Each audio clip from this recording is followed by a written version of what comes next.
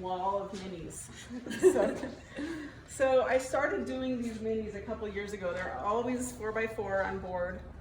And really I started them as experimental pieces, just so that I could exercise my just decision making as I'm in my process. And my process is one of exploration and just play. And so I don't have a preconceived idea when I start a painting. And I really work in multiple, so I may have several of these going at once. And so this was really just to kind of practice my discernment and my intuition. That's something that I use all the time, not only in my art, but we all use discernment all the time in our lives. So that's kind of what they were for. But now I've made over 100 of these. So yeah, they're just so fun to make. I feel like I can make work quickly. They're bold in the small format. It's easy for me to kind of see what's wrong and what I need to fix and what needs to be added or taken away. It's easy to edit. So in that way, I'm just sort of practicing my discernment, my yeses and nos, and what works for me and what I don't like. And then I can use that in also my bigger work, because I work the same way in my bigger work. It just takes me a little bit longer. My little notes here. So we're always discerning. So these kind of represent what I want my other work to be, and what I want to be in life, which is confident. They feel confident. They feel bold. They work. I don't know. They have something about them that is surprising. There's a sense of wonder to me, and so that's kind of what I want all my work to be like. And you know, there are some pieces that are larger that maybe hit that mark, and some that don't. So I'm working on that. It's a practice.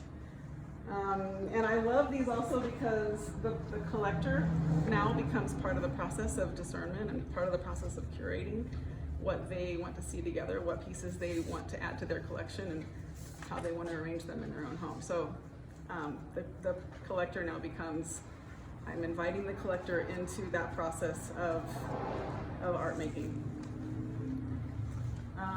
Just like in all of my work, there are layers, and the layers cover up what I don't like to call mistakes, but things that I maybe want to cover up.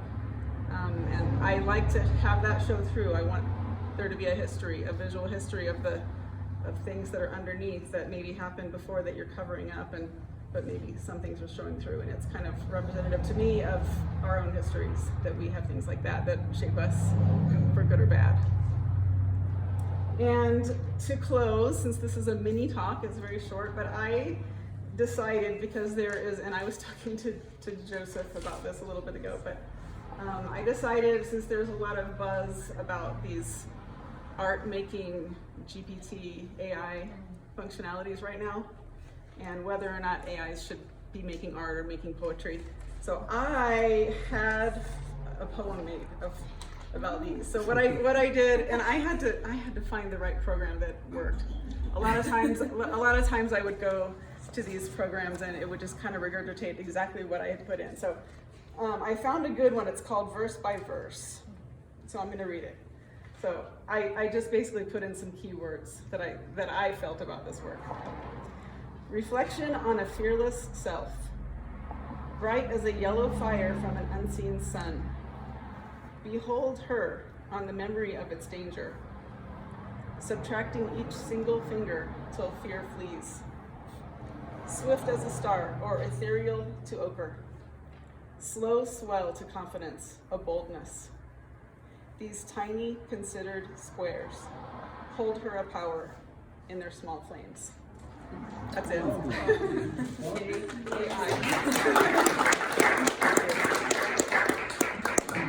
So that's all I have. Does anyone have questions? I do. So when you're making all these, are you making, like, looking at each one and making it and then doing a different one, or is it kind of like working on a bunch, or thinking of them as a group? And because I see like the thick black line is carried through a bunch. I mean, that might be your tool you're using, whatever. But like, how do you go about making these? I do a little bit of both, so I start them all at once. I think I did all of these at once for Valerie, and I just started them all at once, and I had the same process, and I did the same things to each of them, and then I started to do different things to them all, and then they got to a point where there would be a handful of them that I thought, oh, those are kind of nice, and I took them aside and worked on them and progressed those a little bit, and then I went back to the others and tried to get them up to speed. So I worked on them as a group, but also individually. You know, as I progress, then I'll have one that I say this just needs a few little touches and change that and add and edit. Yeah, sure. Yes. This question, I'm going to ask Carol too. Okay. Which, if money was no object and everything was available, which 2 or 3 artists' work would you want one of each or anywhere, any artist in the world? Any artist in the world. No price.